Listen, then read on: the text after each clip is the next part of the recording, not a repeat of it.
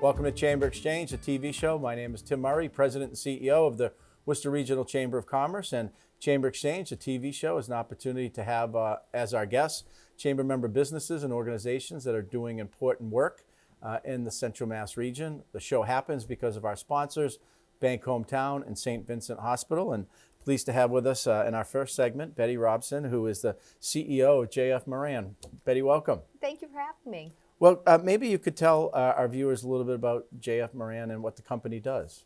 Right, so we're customs brokers and freight forwarders, and I think that lately people are starting to recognize what we do a little bit more than they did a few years ago, given everything that's going on in the world. But on the customs side, we're licensed by U.S. Customs to really act as agents on their behalf to assist in the collection of duties. On the freight forwarding side, we help importers and exporters move their freight domestically and internationally. So the two services combined mean we are helping to move freight and cargo throughout the world. Right, and we talk about the well-being of national, international, and local economies. Really, the movement of people and goods is really important, and certainly in central Massachusetts, there continues to be a strong kind of manufacturing cluster as well as some of the other sectors. So in terms of supplies, finished products, you're in that space completely. We are, and I think that sometimes there's a misconception because there is a trade deficit in the country, and we do a lot more importing than we do exporting.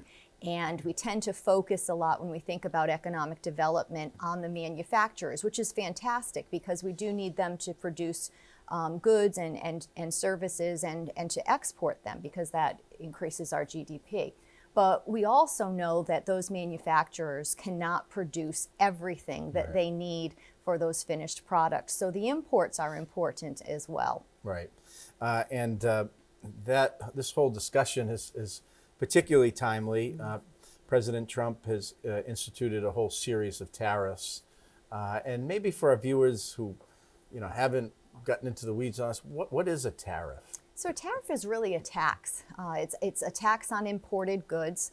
Traditionally, tariffs have been used to level the playing field between the goods that are produced in the United States and the goods that are produced abroad.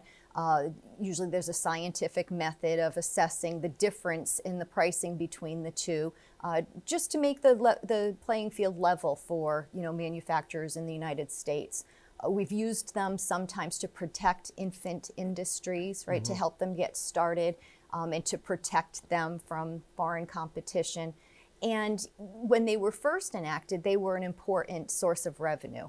As the years have gone down, and certainly after the formation of the World Trade Organization in the 90s, average tariff rates have decreased significantly. So that revenue generation has not been as important as it had been in years past. It's a very small percentage of GDP. And we use it more so now as a method of ensuring good relations with other countries, or to punish those with whom we think that we're not playing fairly with. Right, right. And you used the word tax. The question is, if a tariff is a tax, who is paying that tax? So if the United States, for example, is imposing a 25% tariff on a certain good or commodity that's coming in from Canada, who pays for that? Right. So if the product total, right, if the invoice value is $100,000, a 25% tariff means the purchaser of that product is going to pay another $25,000. So now that price upon importation is $125,000. That is very likely to be passed along to the ultimate buyer, right? Usually the consumer. And, and there might be an aggravation fee every time that additional price gets passed along in the supply chain. Right. So in New England and across the country, but locally, we have a housing crisis right now, and in order to address that need, you're going to need lumber. Certainly, there are buildings where steel's involved. I know we import a fair amount of steel from Canada, so those tariffs, that tax, will be put upon the purchaser and then ultimately passed on to builders and consumers and construction. You're right. And, I think that the administration's long-term view is that, while there might be some short-term inflation, that ultimately it will make U.S. manufacturers more competitive and that they'll be able to grow their industries. I think time will tell. Right, right. And the question is, can those industries here in the United States, can they produce? Can they gear up? Can they gear up and Right. produce what the needs are? So, New England, Massachusetts, our biggest trading partner, like the United States, is Canada. In terms of your thoughts of how that might impact kind of the New England economy, the Massachusetts economy. I mean, I think it's going to create some disruption. It will create some chaos, certainly, because Canada isn't going to just accept the implementation of tariffs. Right? We're already starting to hear about reciprocity, right? President Trump has talked about looking for ways to impose a reciprocal tariff on our trading partners. Our trading partners will most certainly, look for, reciprocity in tariffs as well. It might not be one for one, right? So if we impose a tariff on lumber or steel, they might impose a tariff on something completely unrelated. It could be agriculture, it could be machinery.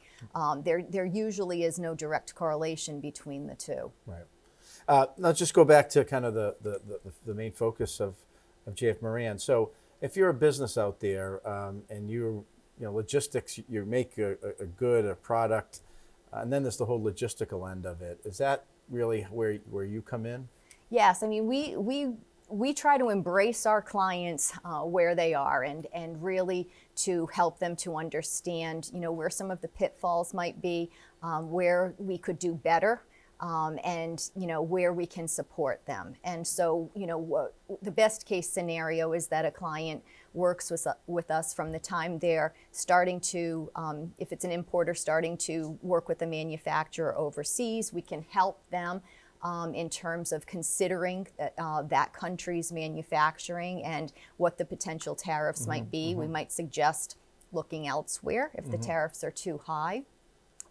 We can also help them to calculate and to prepare for the transport of those goods. And, we can look for the best ways to do that, the most timely and the most cost effective. It's not just kind of the incoming, outgoing. You actually help with kind of research and, we do. And kind of product options. And we do, wow. Right? I mean, we don't take the place of that function within their own company, but we can certainly be there on the side, helping them to ask the questions that they might normally have asked. Right, and probably help on the cost side Yes. as well.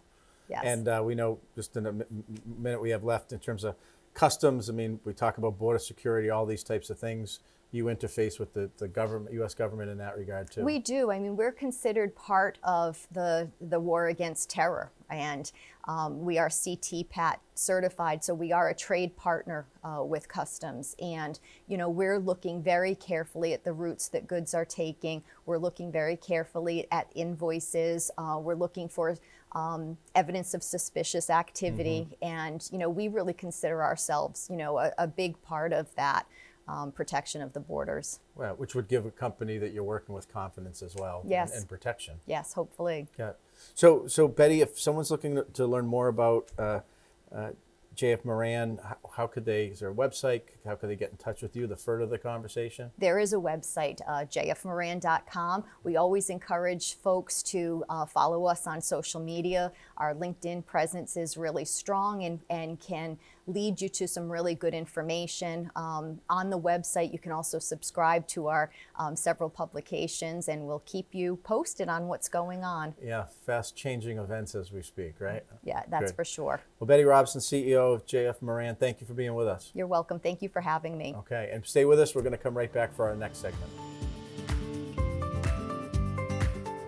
These days, you've got your hands full in life. That's why we help you bank simply and securely with tools like Face ID and Touch ID. It's why we make it easy to make purchases on the go and get cash back while you're at it. Why we help you quickly deposit checks wherever you are. And it's why we lend a hand with sending and receiving money right from your phone. So even when you're on the move, you can manage your finances. Bank Hometown. Unlock your potential.